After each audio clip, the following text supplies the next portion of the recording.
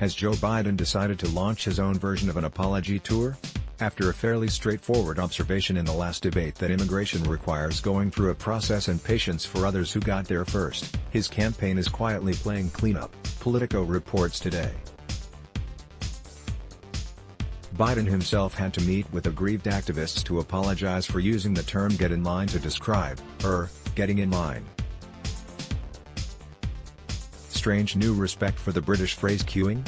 Joe Biden's presidential campaign is quietly playing cleanup with dozens of immigration activists and Latino leaders, weeks after upsetting them by using what they considered loaded language to describe his views on immigration policy. Biden said at the July 31st Democratic debate that undocumented immigrants need to get in line and that the country has been right to cherry-pick high-skilled immigrants, notably those with advanced degrees.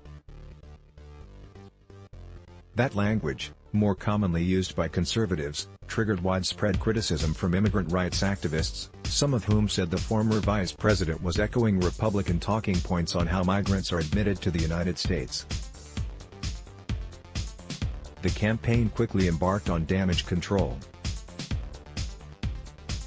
Aides assuaged aggrieved activists, and Biden had a closed-door meeting with Latino leaders in San Diego before his speech at the Unidos US conference last week. What triggered the outrage?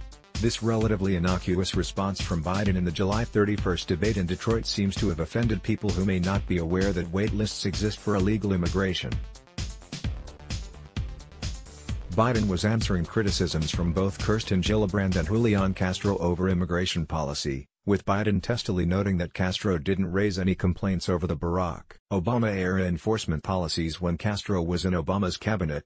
Biden, the fact is what the senator from New York talked about is seeking asylum. That woman, the women she spoke to are entitled to asylum. That is not crossing the border illegally.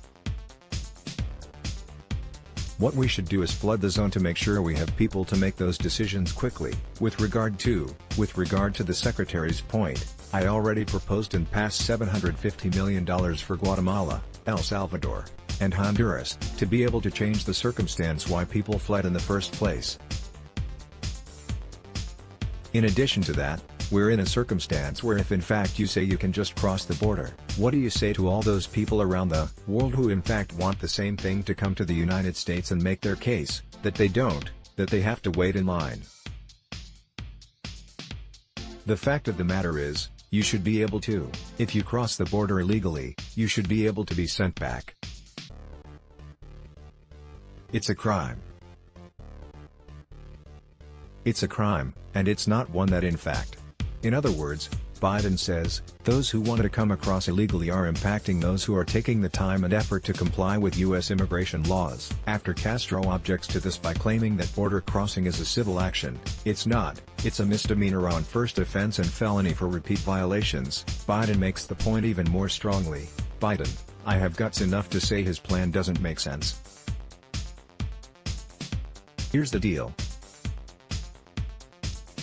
The fact of the matter is that, in fact, when people cross the border illegally, it is illegal to do it unless they're seeking asylum. People should have to get in line. That's the problem.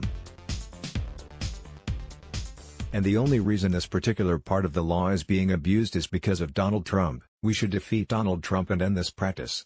What exactly was offensive about this? Immigration requires a process of approval. Government processes take time, even short ones, and require at least some waiting time in an orderly process based on first come, first served in most instances. We have to get in line to get past TSA at the airport. We get in line at the DMV for driver's licenses. We even have to get in line to get passports and visas to get out of the country. Try just pushing your way through any of those processes and see how far you get. You'll hear "get in line" screamed at you in one form or another, if not physically restrained and potentially prosecuted. Why should it shock people that they have to take turns to get into the country, or that the consequences of failing to get in line would be any different? The only possible way, that this is offensive is if people believe that everyone else is, A, entitled to enter the U.S. at any time and any way they wish, and, B, the U.S. has no say in that matter under any conditions. The only reason to believe that Biden owes people an apology for stating the obvious reality in simple terms is if they utterly reject the idea that immigration should involve the government or approval at all. The fact that Team Biden thinks that an apology is owed is a measure of just how far the open borders mentality goes in the Democratic Party. Let's block ads. Why?